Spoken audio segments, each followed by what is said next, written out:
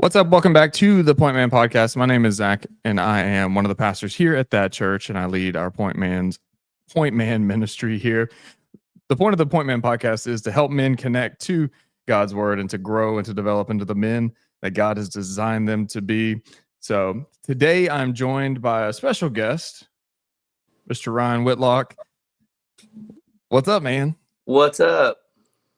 So Ryan and I grew up kind of together. We started high school, really, is when we kind of met and played baseball and all. And we got the wild idea to be roommates in college for a short period of time because I didn't stick it out very long.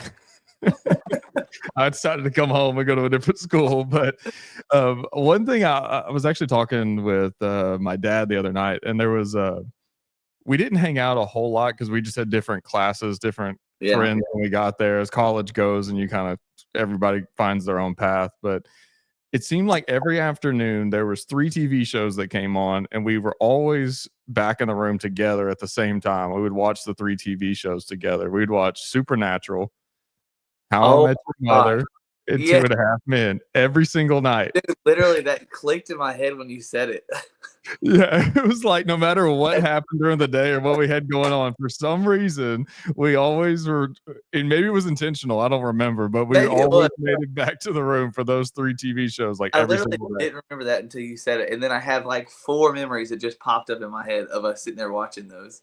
Yeah, because we even I went like home one weekend and raided my house and brought back like a massive TV so that we could have it to watch those 3 shows. That was one of the memories right there. That was it. Yeah. That's funny. Yeah, I don't know why. Somebody mentioned the show Supernatural, and I was like, man, I used to watch that every day. And I was like, dude, oh, that's when I watched it, because we watched it every I literally watched it all the way through. I didn't finish season 15, but that's a whole different situation. But yeah, I was a huge fan. Yeah, that's just funny remembering. And we lived in a really odd dorm because we were on first off, our dorm was so old that to turn the heat on, you had to release the pressure valve for the room to warm up. Yeah. And in the middle of the night, it would be freezing cold, and you'd have to go over there and release it again. Golly, do not miss that place. No. And then we just happened to be on the rugby floor. So we were surrounded by like 40 South African monsters. Yeah, shorts about that long. 24. And like, you weren't going to pick a fight with them because they were massive and ridiculous fit people. Right.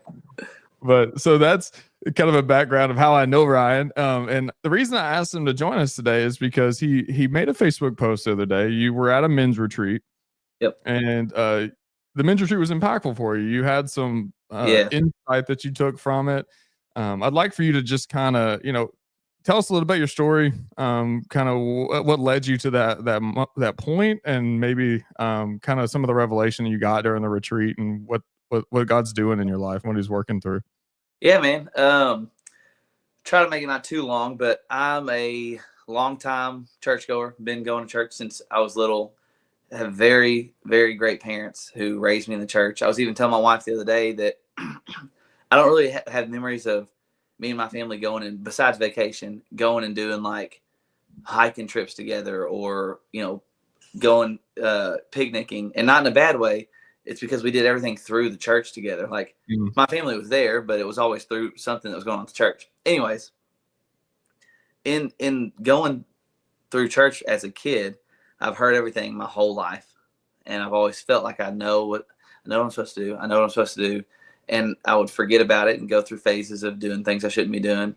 And in the past probably 4 or so years, I've got a 6-year-old daughter, so when she turned 1.5, 2, I started trying to dial in, like get better fitness-wise or health-wise, and started kind of seeing that in that same process, I was realizing that I'm really selfish. So it's a long road, but it took to, I would probably say, a catalyst this weekend to where I was like, dude, you're selfish.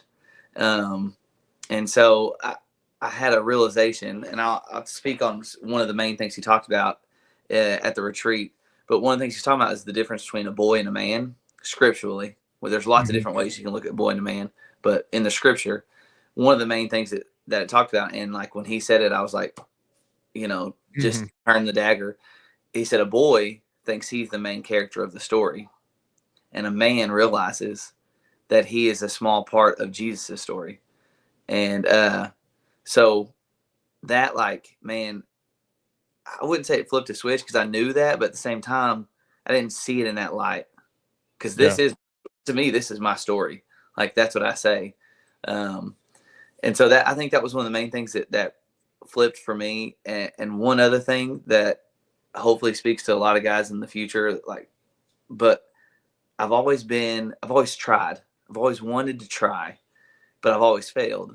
And in those failures, depending on alcohol, pornography, whatever it might have been, in those failures, when I would do good and then I'd hit that moment where I don't, instead of going, Lord, please forgive me. Like, I'm in it. I'm sorry. That was one mistake. I lost that battle, but I'm here to win the war kind of deal. I would just be like, I'm out. I'm going to do it for a long time now because I already screwed up. Yeah. And I wanted this like instant change to happen. So like previous me coming back from this retreat would hope that like today I'm completely different. I will never have the same urges. I'll never have the same feelings. I'll never want to do stuff for myself ever again. And it's over. It's gone. I'm good. And that was one thing she talked about is like, this isn't some kind of like life altering. It can be in a certain sense, but it's not some life altering moment where you are no longer who you used to be. Matter of fact, it says that whenever we start to make that turn, Satan's going to whisper in our ear even harder.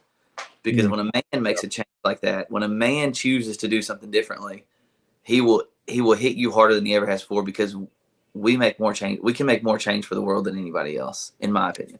Yeah, we say kind of the sub tagline, if you will, of Pointman and the men's ministry is that where the men go, the family and the community follow. Yeah, I 100% agree with that.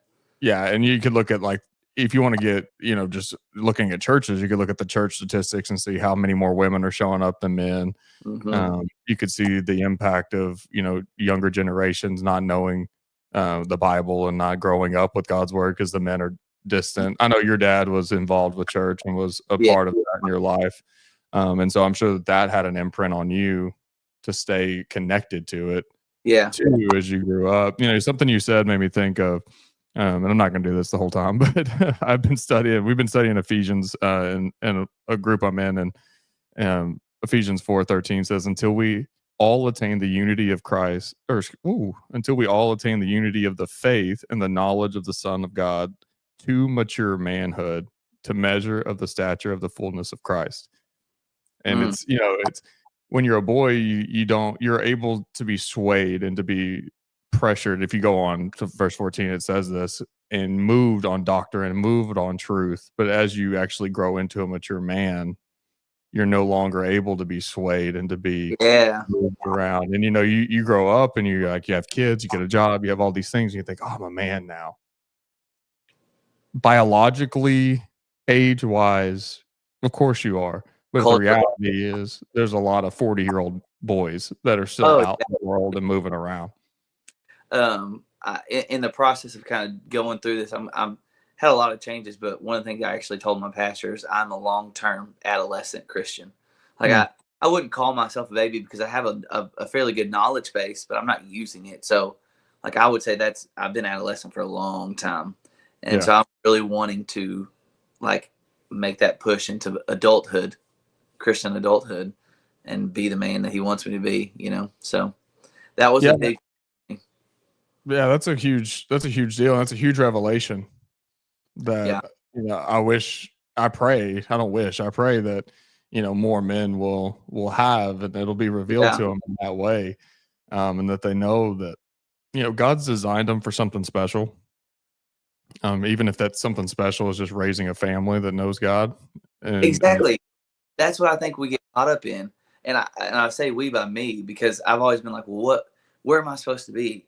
Should I be speaking? Should I be doing this? Like sometimes it's just that you raised the next person that's going to be the next big thing, and you just put it in the right place. And that's okay, because again, it's not my story. It's Jesus' story through me. So it doesn't matter at the end of the day where I finished, as long as I was in his will. Yeah. And that's for guys, it's tough for us because, You know, you're in the gym world, and you know when you're in there and you see somebody lift something, you're like, I gotta do that. Exactly.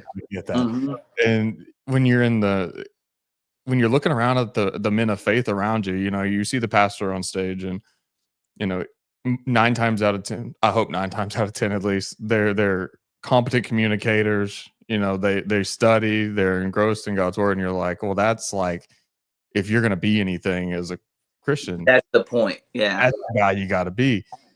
But reality, maybe your position is dad, but maybe your position is lawn cutter of the church. You know, like those roles are vital, and they're exceptionally important, and they're still furthering the mission of spreading the gospel.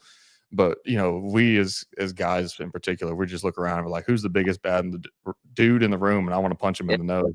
Yeah, that's that culture mindset that we can't break away from. I'll show you one more thing I want to talk about from the weekend. Yeah, my pastor credit, but I gotta grab it. I wasn't gonna do it, but it's too cool not to do. Yeah. Okay. So I'm gonna go ahead and give away the ending. He gave these to all of the guys at the retreat. But so this is called a hoary hoary. And I'm gonna try to just say what he said. I'm not gonna try to like preach it like he did. But essentially he was saying like this is a great representation of a man. So, you know, you got a hammered end here so you can hammer things down. Obviously you've got the sharp edge, the serrated edge, the point. And it's a dangerous looking tool. But a hori in Japanese stands for dig, because this is actually a gardening tool. Where's my camera at? Can you see that it's like kind of got a groove in it? Like a hoe. Yeah. So it's actually meant to dig and plant seeds. So like its true purpose is to cultivate and bring life, but it can be used completely wrong. It can be used to detriment the world, to detriment your wife, your kids, or like he said, which I think this actually resonated more with me, because I don't think I'm a detriment. I don't think I'm painful to anybody, because I try not to be, because I'm kind of a pushover, for being honest. But I think more than anything, I just set it to the side and I let it do nothing in my life. You know what I'm saying? So like, it was a really cool metaphor that I'm taking with me everywhere. Like, am I cultivating life, or am I doing nothing? Because again, I don't think, especially in Western world, we're not typically, you know, doing too much to people. We're trying not to, at least. Yeah. But in the sake of not trying to, we can be doing a whole lot of nothing too. So anyway. That's cool. Yeah, that's a great representation of that. Yeah, because, you know, you are, generally speaking, men are bigger, stronger. They have more power. They have more influence in a lot of cases. And yeah, you could just completely, you know, I think society's harmed that some, you know, the idea of like the toxic man, not to go down that rabbit hole too far, but you know, that harmed a lot of guys, you know. The role of man was kind of removed from the equation, unfortunately. Yeah. But that's cool. That's a cool representation. I had no clue that thing existed, but yeah. Well, your point about, you know, it's a weapon and it could be used as a weapon. It's not its intent, but it could exist.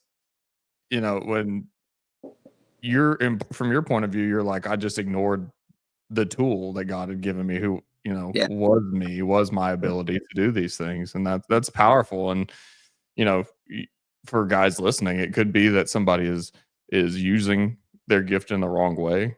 But I haven't really even thought about or talked about much the idea that maybe you're not even doing anything, you know, and you're completely separated from it. And I think that's been one of my biggest, I guess you could say, realizations, is that in the process of trying to get better, I feel like when he's preaching on certain subjects, I'm like, oh yeah, I'm good. Like, I'm not anywhere close to what he's talking about there. Like, no convictions for me. I'm good. Thank you. It was a good Sunday. But in the I realized I'm a very apathetic guy. Just sometimes I just want to do a whole lot of nothing. And so that's been my conviction since probably about August of 2024. Like, I can just feel like I'm meant to be doing something, but I can't figure out what it is. And it's a slow process. And there's weeks where I haven't even tried to look and figure out, weeks. But, you know, I'm still hopefully taking steps in that direction. I just got to figure out what it is, you know? Yeah. Yeah. God doesn't ever call his people to wait to move forward. Yeah. If you look throughout the Bible, when he tells them to wait, he's telling them to wait to retreat from something. Okay. Yeah. Not run away. And, we just finished a semester of Pointman, and in it, it was called War Cry. And the entire 4 weeks that we did was the focus on it is simply that, it was about worship, but it translates to everything that we do. Like, we view worship as praise on Sunday. It's like 20 minutes inside of an hour, one time a week. Yeah. And I used an analogy from baseball. I was like, if you only practice hitting for 20 minutes a week, you're not going to be very good at that thing.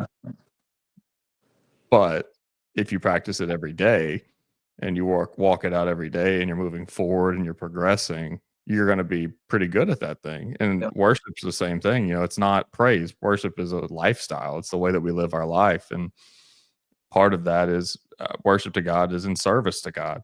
And it's in that constant growth of being the man God desired for us to be, rooted in his word and spirit and truth, relationship and knowledge. Yeah. But constantly growing in those two spaces to do what you're saying. You had that conviction and you're like, I got to do something, and you're working that out.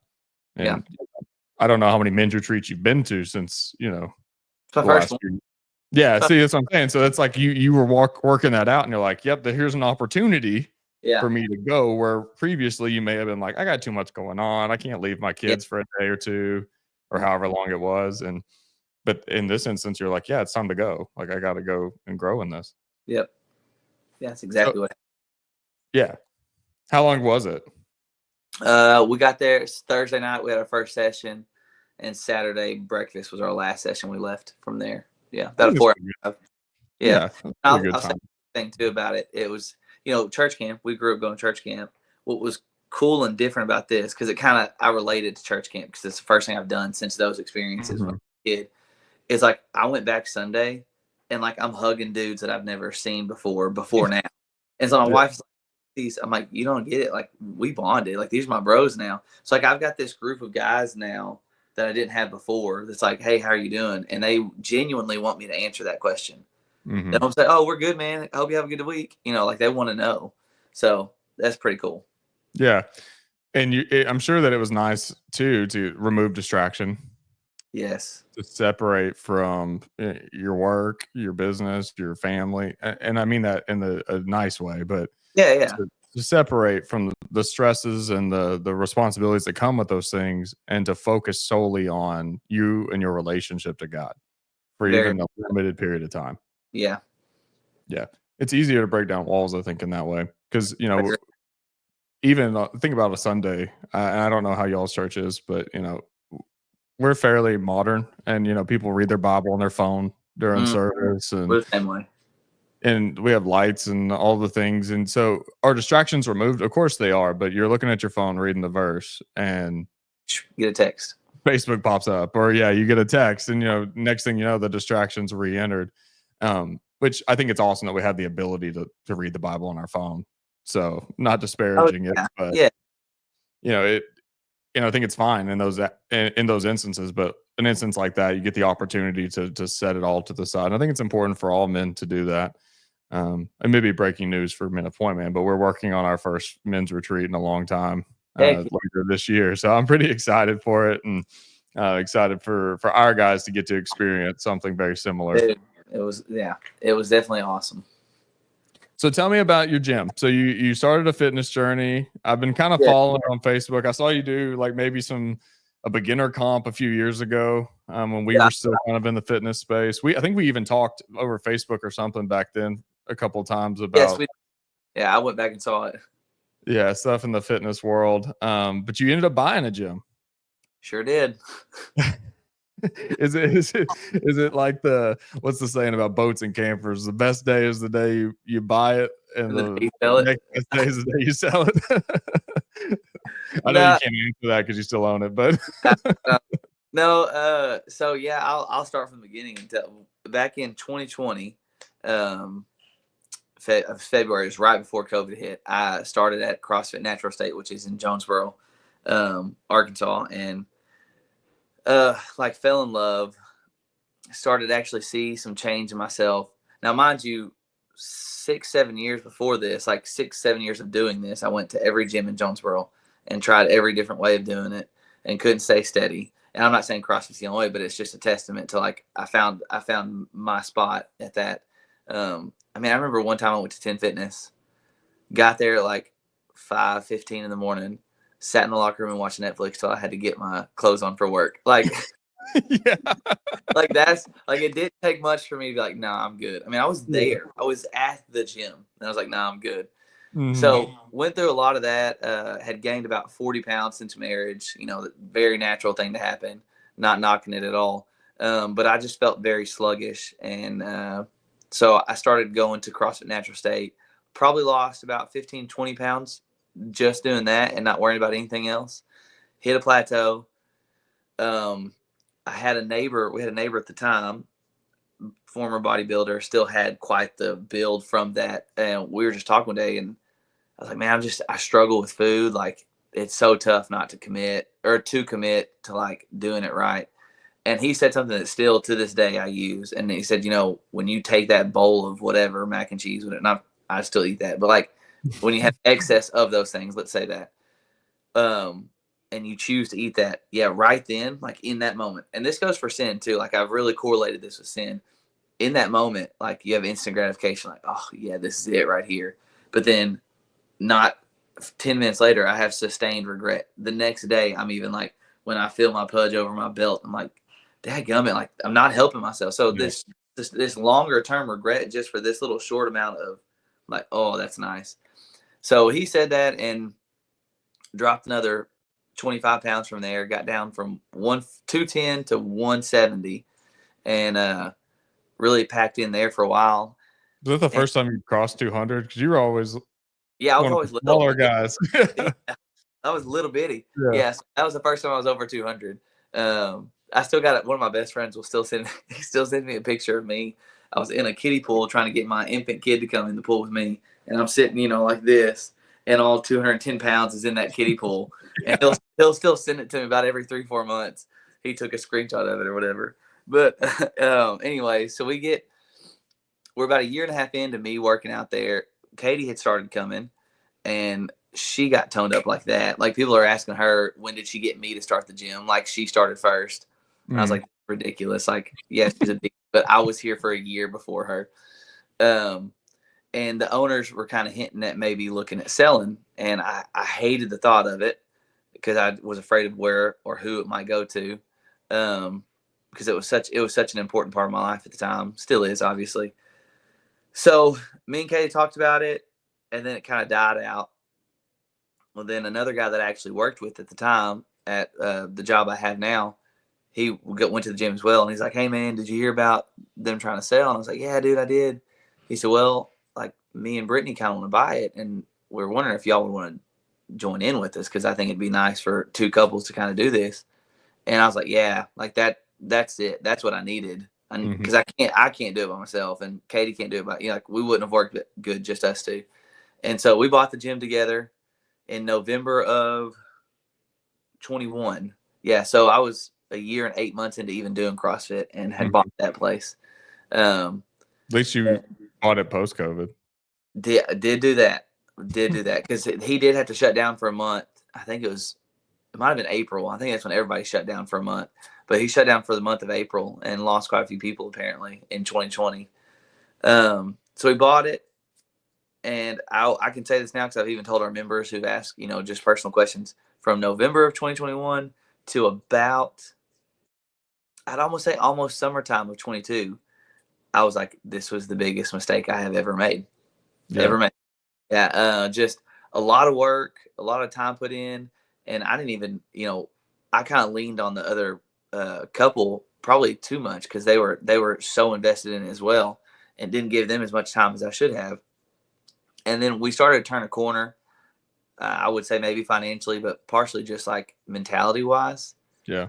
And we're almost 4 years in now. And besides having to get up in the morning to coach sometimes, I love every second of it. Like we love it. We've got a solid group of community that has been built through our ownership. And we've got some for that were there the previous ownership too. But that's something unique about CrossFit is it's less about the workouts and more about the community of people that's built within those workouts. And so Man, I'm in a state of I'm real happy with it right now. And again, it ain't no breadwinner. Well, I'm still doing my day job. My wife's still doing her day job, but we just enjoy it. It's just a Yeah. fun place. I'm sure for y'all too, as a couple doing it, it probably turns into kind of your hobby together too. In Yeah, a yeah, way. we talk about different things when we get home. Katie does all the social media for it, and so she's asked me what to type out, and I basically handle all of our coaches, and Brittany, the other wife, she does all the cleaning, and she's basically all of our bosses. She tells us that too. She tells us what, but she'll do all the cleaning like every day, and then Andy basically is like does all the administrative stuff kind of thing. So we kind of got a good system going at this point. Yeah, we bought ours in 19, Oh, 18, 19. When we bought it, it was going good, and actually, let me back. It wasn't. It was going good till the day we bought it. The day we bought it, we lost 75% of the membership or more. uh, And when I tell you, we would pull in the parking lot every day and just pray that there was somebody who showed up so that us opening the doors wasn't in vain. yeah. Like literally, if we would round the corner to our parking lot, we'd see one car there. We would Uh, just be elated that somebody showed up for the day. And the gym world is a uniquely tough world to be in. yeah, Like yeah, every time you get a member, you lose two, or every time you get two, you lose one. You're constantly battling back and forth with that. Everybody's always unhappy about something, yeah. even if you're doing everything possible that And you you can take people possibly leave do. in person too. Like What's when they that? leave, like you take it personally when they leave, and it may not even have anything to do with Yeah. anything. You can't help it. Yeah, yeah, because especially in the CrossFit space, because you were talking about the community aspect of it. You build Mhm. these friendships with these people because when you go to a Globo gym like a 10 Fitness or just a normal machine gym, there's not really. I mean, you might go with a buddy, and that's kind of your community, Yeah, but you don't like. I still coach at a gym, so I in the mornings I coach an early class downtown for a buddy of mine who owns Dogtown Fitness in North Little Rock, and the group of people that are there would not hang out with each other probably yeah, ever any other time of the day. It's the it's the most interesting group of people, but they enjoy each other's company. They that's hang out different. at the gym. They do events together. Like, they don't hang out, but then they'll all go run the marathon together or something. Yeah, So, and it's just, it is cool. So whenever you do lose somebody, it's almost like losing a friend, yeah. even though they're a client. Can't And mean nothing by it, especially depending on whatever the reason is, but you can't help it. You're like, yeah. dang, And if you're gonna run a business, CrossFit's expensive. And some people get to a point where they just flat out can't afford it. And yeah, you're like, yeah, well, do you give them a discount? Well, no, because then you got to give everybody a yeah. discount. Everybody, and then we can't afford nothing. Yeah, then the gym closes because you can't turn the Yeah, lights on. yeah, But yeah, it's a unique experience. We owned ours from I think I say 18 or 19. And then we went through COVID. We finally got it up. We had about 100 members, a few somewhere in that range, close to 100. I don't remember how many. And then COVID hit, and it was like starting over at zero. dude. It was so rough. Yeah, we Oh, lost everybody. We spent that whole summer like rebranding and rebuilding. We like changed everything inside the gym. And then in the CrossFit world, this is a little inside baseball for people who don't care, but CrossFit lost its mind yeah, during the company did. And so everybody had to start deciding whether or not they were still even going to be a yeah, part of the brand and do all yeah. That that. was before our time, thankfully, because I wouldn't know what to do at that point. We did both. Yeah, Kind of. We kept our affiliate, but we left technically. Like we rebranded without the brand, but the yeah, benefits outweighed the cost of staying as an affiliate. And then as the dust settled, I think it held its value to a yeah, degree. So I was glad that we did. I was on team. Let's get out of this joint when everything came crashing down. yeah, We kind of did both, but it was a wild time. I love the sport of CrossFit. I love the community of CrossFit. And like you said, it is for everybody. Um, but it is the most effective training method that's ever been created for yeah, just if you just want to go from 0 to I can run up a hill and play with my kid and do those things with my life, there's really not a better system out there. I completely agree. Yeah. Yeah, and you don't have to be lifting the crazy weights over your head and doing all the stuff you see on video. Like it does it even at the most baseline level. Oh yeah, I mean we've got a guy that can't. He literally physically can't go upside down because of something. He's got some valve, or he doesn't have some valve that all of us do, and anything that's in his stomach would just come up.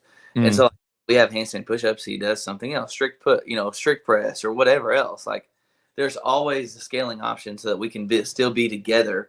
Because there's nothing like going to a gym and having to do a workout completely by yourself. Like at least here, I'm still doing the same reps that I see on the board that they're doing. My movement looks a little bit different, but at the same time, like we're still together. Like when I get done doing 20, he's 19, 20, he's done. Now we're both moving on to the next thing together. Yeah. You still have this community aspect, and that's what the coach is there for, to help you find the scaling option that works best for you. So that's one of the reasons why I love it. I mean, I'm not in the shape I was a couple of years ago, but we've got a couple of really, really strong, really good athletes. And one of them is actually I would call him our head coach and does our programming. And I'm not gonna lie, we program for him and then scale for the rest. I'm doing scale. I'm not pressing RX 90% of the time, which RX means you do the workout as written. Typically I'm scaling it, which is fine. I'm getting a good workout in. Yeah. Yeah. That my ego, because I had gotten pretty fit when we had the gym and I could do all the things. My lifts were pretty big. And now I go in the gym and I don't do that every day. I don't spend 4 hours a day in the gym anymore. And so I look at the board sometimes, I'm like, yeah, I'm not doing that. I'm gonna do something a little different today. There's a piece with that though, like, nah, I ain't doing that. Yeah, it's Steven Pressfield had the book War of Art, where he talks about turning pro and everything that you do. And there's something in our minds, I think, and men in particular, where we're like, no, we cannot not do the thing that is the professional elite level, or I'm just not gonna go. And once you can come to grips with like, this is my limit, like there is some freedom in that, and you can enjoy the community more, you can enjoy the workout more, and just kind of have some fun with it. How do you balance, you have a day job, you have a family, and you have the gym. How do you balance the three? How do you keep them in line and then still put God first in everything? Poorly, but I'm working on it. So again, I can't thank my other half of the gym ownership, and Katie too, my wife. But we lean on each other quite a bit, and I feel like I lean on them more than I feel like they lean on me. And they may think the other way around, but I just feel like they do quite a bit. But me and Andy, we split. We have coaches, obviously, that coach for us, and we have a great coaching staff. But me and him split the rest of the classes over. So typically, we both coach anywhere from 7 to 10 classes a week each. Which takes a lot of energy out of you too if you do it well. Yeah, I've noticed. So I'm the one that does all the scheduling. And I've noticed that if I schedule myself to do, so we have 5 classes a day, a 5 a.m., a 6 a.m., a noon, a 4:30, and a 5:30. And I've noticed that if I schedule myself for all 5, so I can knock out, the bulk of my classes for the week in one day, dude, I am like not a human by the time I get home. Because, I also worked between those hours. Yeah. So I try to balance it, the best I can, leaning on my other couples, but as much as I can. And then with work, I just try to do I work for an internet service provider, so I handle all of our business accounts. So I try to be as much a part of that. You gotta, the best way I can describe it is where I'm at is what I'm looking at. So I try not to look at the gym stuff from 7 to 4:30 or 5. And thankfully, my wife, she gets off at 3, so she handles the girls for the most time until I get done. And when I'm at the gym, I definitely don't try to not have my phone out whenever I'm coaching and doing stuff like that, and being present with where I'm at. So I would say poorly, but one of my goals lately has been to be present where I'm at. So in the morning, if I don't happen to coach, get up, be present with the Lord before the girls get up. I've done that pretty consistently since I started a group the first of this year, so that's been nice. And then whenever I'm at work, be present with the job I'm doing now. The hard part is this guy here is for all of those things at once. So I might be present at work, but I get some kind of message for the gym. So it's tough, but that's been my goal. It's definitely been a 2025 goal for me, is where I'm at, be present in it, and something to try to keep me in line with God and all of that. I can't remember if I read it, saw a reel. I don't know. Who knows where I read it, where I saw it. But I heard one time that, like, prayer doesn't have to be this open and closed, like, shut thing. Here you go. Now I'm moving on to my day. So, like, I've tried to make it where I'm just, like, always present with the Lord. Like, if I'm going to have a conversation in my head, maybe just talk to God instead. Because I do a lot of talking in my head. Like, when I'm driving, tonight I got to do this, and then maybe I'll do that. So what I've been trying to do, mainly in the last week, if I'm being honest, I haven't really been good at it, but mainly since the retreat, is just like be present with Him in moments that I don't have to be, doing anything else. So just be talking. He's listening. Yeah, that's great, and that's good advice. Yeah, I told it in a message or something. I got really into playing disc golf with a buddy of mine for a while, and I'd be out practicing or something, waiting on him, and I'd find myself sometimes, if I was going through something, I would take my AirPods out, I'd quit doing what I was listening to, and I would just kind of walk and pray. I'd stop, pick up the disc and throw it, but I'd just kind of be walking and really thinking and talking with God about whatever I had going on. And more times than not, by the time I got through, an hour of walking through the woods doing that, I'd have, some revelation, or at least some comfort in what I thought God desired for me to do in it. And driving is the same way. Yeah, it's a good time to do it. That's good. I do a lot of driving with work. So, like, that's where I get a lot of my conversation and stuff. And that's one thing too, that this has been a constant effort. And I really like being entertained, which I think is the problem. So, like, when I'm listening to podcasts, I like to listen to, like, true crime or like some kind of anthology series, like just some kind of entertainment while I'm driving, rather than like being present and being intentional in those moments. So try to be okay with not being entertained all the time. That's another thing to do. So with your business, do you set hard boundaries for, like, your family? So what I mean by that, it's kind of twofold. One, let's go with the nice one first, and then we'll talk about the mean one. But the nice one being time. When you have class from 5:30 to 6:30, is it like 7 p.m. You're in the car on the way home? Oh, like, yeah. Hard stop. I'm not just milling around the gym, goofing off with everybody. Like, I'm out of this joint. Yeah. So typically I'll have a little bit of a conversation. I'm not gonna just like say, all right, 6:30, see you later. But I don't sit around and I don't do a lot of chit chatting. I get home when I'm done coaching in the evening. Thankfully, Katie last week was the first time she did it, and I told her how thankful I was for it. So I'll typically only have to coach one night a week. Andy coaches another night a week, and then we split like mornings and afternoons, or noon classes sometimes. So my evening class, she came up and did it at 4:30 with the girls, and then she stayed and took pictures of the 5:30 class for the social media. And so I told her, I was like, I don't think you understand like how much that meant to me. Like, I was with my family. Now, granted, I was obviously coaching and worried about other things, but like my family was present with me. They weren't off in this other place having to be taken care of without me. So that was nice. And I told her, because she has a hard time finding time to work out anyways. So I told her, like, if you do that the nights that I coach, it's just one night a week. I'm here to help you. The 6-year-old, she's fine. The only problem really is the 2-year-old. Yeah. And she's better every day with like being able to be managed. So that's what we try to do. Or that's what I want to try to start doing, because she wants to get that workout in. She used to work out 3-4 days a week, and now she's not been able to as much. So that's nice. But yeah, I think for me, it's just like being in it, getting what I need done at that space, and then getting out. Yeah, that's good. And then the not so nice one, CrossFit's kind of famous for the less clothes the possible, the better.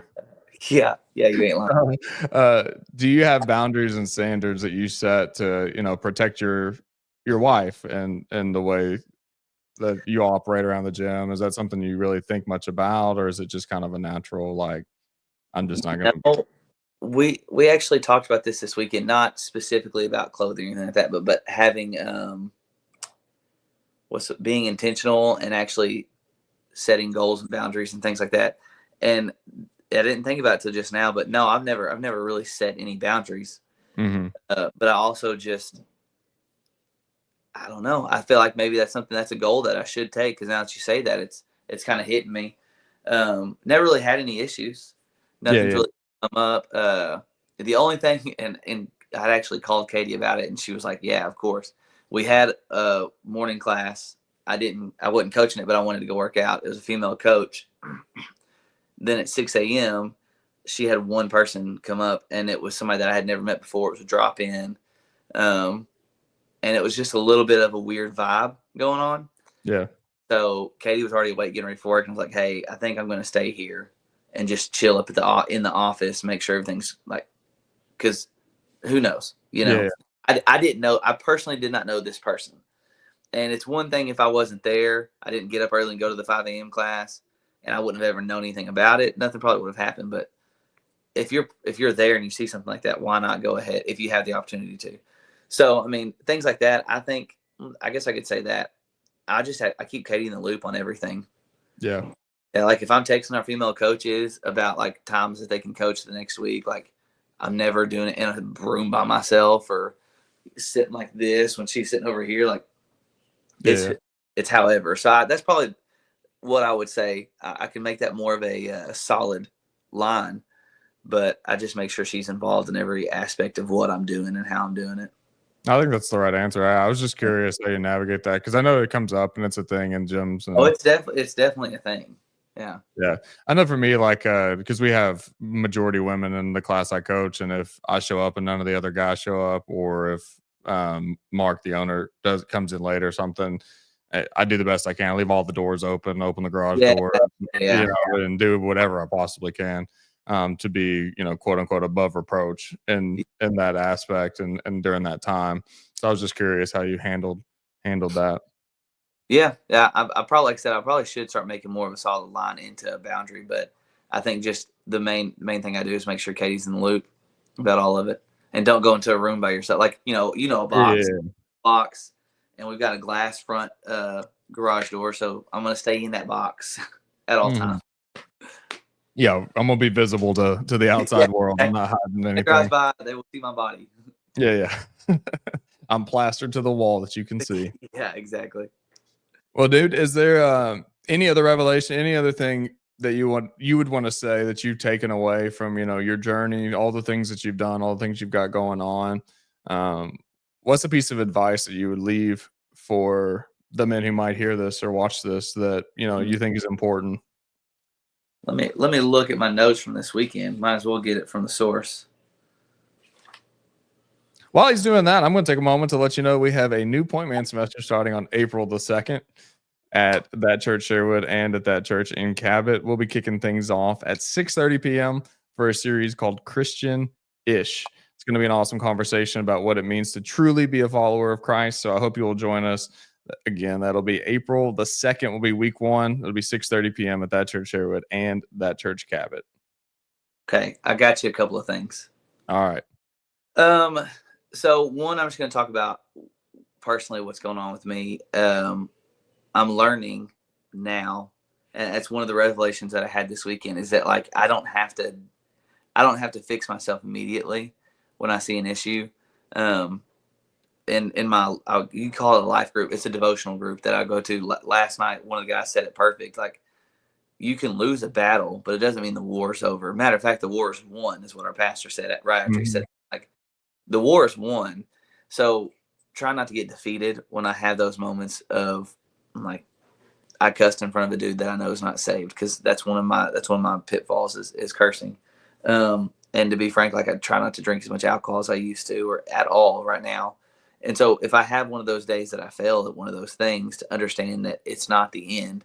Please do not go off on a 6-month binge of being a completely different person because you think God's not going to look at you, And so that was one thing personally that hit for me. One guy said it to me perfect. I'm just going to keep leaning on other people because I don't say anything for myself. But he's like, whenever I close my eyes and it's harder like if you're playing disc golf and you're trying to pray. But like if I'm in a solid state moment, I'm just trying to sit and be present with God. Like he said, I try to close my eyes and literally envision Jesus looking at me, smiling, because he just wants to talk to me. Even if I had just picked up that phone and just did what we all know we do with that phone, if I turn around and go to pray and I close my eyes and I see a smiling Jesus, like how life-changing could that be to understand he just wants to talk to you. And so that's one thing that I would stress so much, because I think it has held me back for so long, the guilt and the shame of past sins, and even ones that regurgitate back up. But on to like something that I think would help a lot of men, and it hit home with me, is what I talked about. That would help a lot of men too. I'm not, don't shortchange that thought, because I think that's a thought a lot of men have, and something that a lot of men struggle with. Last night, actually, I was in a small group, and I had two guys on each side of me. One was talking about essentially that, like, I just screwed up. I've asked God for forgiveness for this thing before. How could he continue to love me enough to continue to forgive? And then on the other side, I have a guy who's newer in his faith, and he literally is like, how can God even care that I exist? Because, the answer to both is he's so grand and so great, and his love is so broad that we can't even, and deep, that we can't even comprehend it. The answer is the same for both, but when you answer one of them, the other one's thoughts like, but he's so big, he can't understand me. Yeah, he can do both. He's got the capacity for both. So I think that's something that a lot of guys are talking through and thinking through. So I think that's powerful. I think shame is a huge part of Satan's like structure in getting guys. If he can keep us in shame, we're not going to go to God because we're upset. We think, I say it I've said it to my dad before about CrossFit, because he lives in North Little Rock, and I've tried to get him to go try it out because he loves watching videos of me doing things or whatever. And he's like, well, let me get in a little bit better shape, and then I might try it out. And I'm like, dude, I said, Dad, it's like, because my dad understands how church is supposed to be. I'm like, Dad, it's like church. You don't get better and then go to church. You go to church in order to get better. And so, and same thing goes CrossFit. Not to give it a little nod, but I just think that guys think that they have to be the best version of themselves in order to pursue God. Yeah. But I'll leave this part on this note. Again, I'm drawn from our group last night. When Adam and Eve sinned for the first time, they clothed themselves in shame, and they went and hid. But God pursued them afterwards. It says God went to go find them. They weren't searching out God. God knew what they were doing. So, at all times, he's going to be searching us out. He's going to be looking for us. And I think if we're just willing to be like, I lost this battle, he'll be like, okay, that's fine. Ask me for forgiveness, and then I got you. So that's a struggle I've been dealing with. And I've been having a hard time reconciling my sin with his love. But I'm working on that. But what I talked about earlier, I think it hits so hard. I want to go through all 5 of the points. They're quick, I promise. But it's the difference between a boy and a man. It says a boy thinks about themselves, which is what I talked about before. And it says a man thinks about God and others. And this is the one that I talked about earlier. It says a boy thinks the story's about them, where a man realizes they are a small part of a greater story, God's story. 3 is thinking I can do it by myself and by my control. And then the man understands there's a mysterious power to surrender. There's power in saying I can't. And so I think I have less of a hard time with that, because like I talked about before, I don't do enough anyways. I'm too lackadaisical to go, I've done way too much. I'm out of control.